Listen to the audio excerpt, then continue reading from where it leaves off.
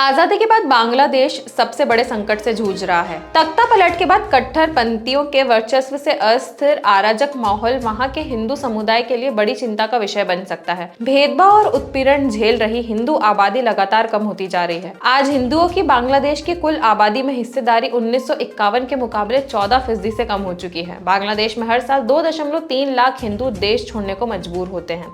बांग्लादेश में अराजकता के बीच हिंदू मंदिरों और नेताओं पर हमले किए जा रहे हैं। इस्कॉन मंदिर पर हमला करके मंदिरों में मौजूद भक्तों को भागकर जान बचानी पड़ी। हिंदू नेताओं की हत्या की भी रिपोर्ट सामने आई है। हमारी आज की रिपोर्ट भी इसी विषय पर है। आइए आपको बताते हैं कैसे बांग्लादेश के प्रधानमंत्री के हटते ही बांग्लादेशी हिंदुओं पर अत्याचार बढ़ने लगे हैं। नमस्कार, मैं यशस्वी जोशी स्वागत करती हूँ आपको यूबीई न्यूज में, जहाँ हम न सिर्फ खबरें लाते हैं बल्कि उसका बारीक और सटीक विश्लेषण भी करते हैं। बांग्लादेश में निहित संपत्ति अधिनियम के कारण 1965 और 2006 के बीच हिंदुओं के करीब 26 लाख एकड़ भूमि का अधिग्रहण हुआ था। इससे 12 लाख हिंदू परिवार प्रभावित हुए। बांग्लादेश के प्रमुख अधिकार संगठन के रिपोर्ट के अनुसार 2016 में जनवरी और जून के बीच बांग्लादेश में हिंदुओं को निशाना बनाकर की गई हिंसा में 66 घर जला दिए गए थे। 24 लोग घायल हो गए और कम से कम 49 मंदिरों को नष्ट कर दिया गया। बांग्लादेश में शेख हसीना के इस्तीफा देकर भागने के बाद देश के अंदर हिंदुओं के ऊपर अत्याचार शुरू हो गया है। बांग्लादेश में जगह जगह पर हिंदू मंदिरों और हिंदू समुदाय पर हमले की खबर आ रही है। बांग्लादेश से आ रही रिपोर्ट्स में पता चलता है कि हिंदुओं के घरों और मंदिरों को निशाना बनाया गया है। इस्कॉन और काली मंदिर पर हमले हुए हैं, जिसके बाद हिंदुओं को जान बचाने के लिए छुपना पड़ रहा है। मीडिया रिपोर्ट्स के अनुसार रंगपुर से हिंदू काउंसलर काजल रॉय की उपद्रवियों ने हत्या कर दी। इस बीच बांग्लादेश की सेना हिंदू अल्पसंख्यकों की सुरक्षा के लिए सामने आई है। सेना ने हिंदू परिवारों, मंदिरों और अन्य पूजा स्थलों की सुरक्षा सुनिश्चित करने के लिए हेल्पलाइन नंबर जारी किए हैं। ये हेल्पलाइन नंबर तब जारी किए गए जब देश में कई जगहों पर हिंदू समुदाय पर हमले की खबर सामने आई। उपद्रवियों ने शेख हसीना की पार्टी आवामी लीग के नेताओं पर हमले के साथ ही अल्पसंख्यकों को भी निशाना बनाना शुरू कर दिया है। राजधानी ढाका में स्थित भारतीय सांस्कृतिक केंद्र में तोड़फोड़ की गई है।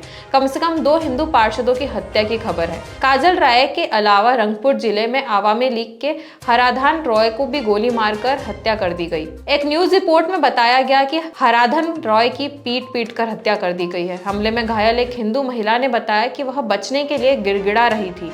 खुद को बचाने के लिए भागकर मंदिर गई, लेकिन मंदिर को भी नहीं बख्शा गया।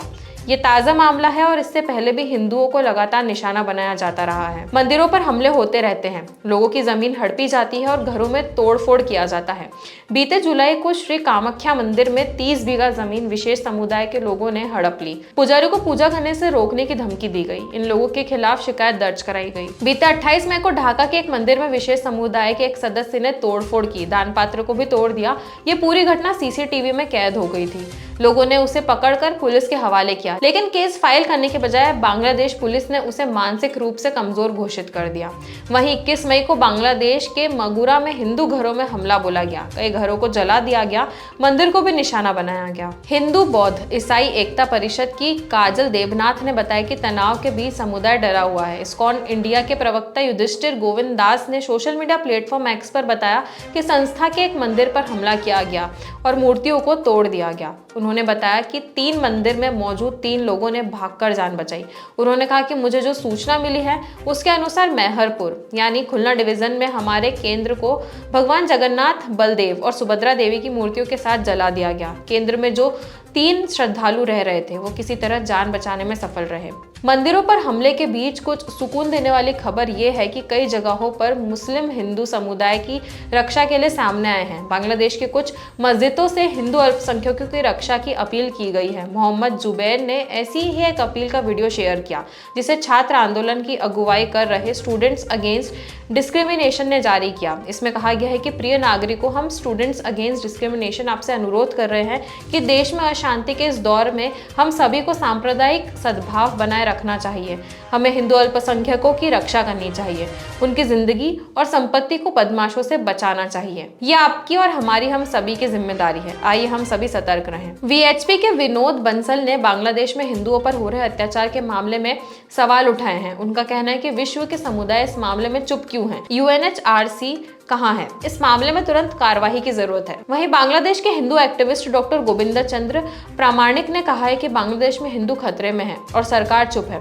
चलिए एक डेटा पर नजर डालते हैं। 70% मामले लैंड जिहाद से संबंधित है। अवैध बेदखली के 47 मामले हैं। वहीं मंदिरों पर हमले की 94 घटनाएं हैं। 40 मूर्तियां तोड़ी गई। वहीं दर्जनों हिंदू लड़कियों का अपहरण कर धर्म परिवर्तन कराया गया।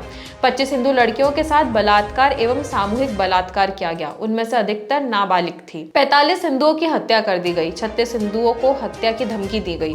विभिन्न हमलों में 479 हिंदू घायल हुए। अमीर हिंदू बिजनेसमैन से जबरन वसूली के 11 मामले सामने आए। वहीं काल्पनिक ईर्ष निंदा के आरोप में 8 हिंदू गिरफ्तार हुए। नीदरलैंड के नेता गिल्ड वाइल्डर ने बांग्लादेश में हिंदुओं पर हमलों को तुरंत रोकने की मांग की है। उन्होंने एक्स पर लिखा है कि बांग्लादेश में हिंदुओं के खिलाफ हिंसा भयानक है। बर्बर इस्लामी भीड़ द्वारा उन्हें मारा जा रहा है और उनके घरों और मंदिरों को जलाया जा रहा है। इसे तुरंत रोका जाना चाहिए। तो यह थी हमारी आज की खास रिपोर्ट, और आपको ये कैसी लगी अपने विचार हमसे जरूर साझा करें। वीडियो को लाइक और शेयर करें, साथ ही चैनल को सब्सक्राइब जरूर करें। यूबी न्यूज आपके लिए लाता रहेगा देश विदेश से जुड़ी ऐसी खबरें। तब तक के लिए धन्यवाद।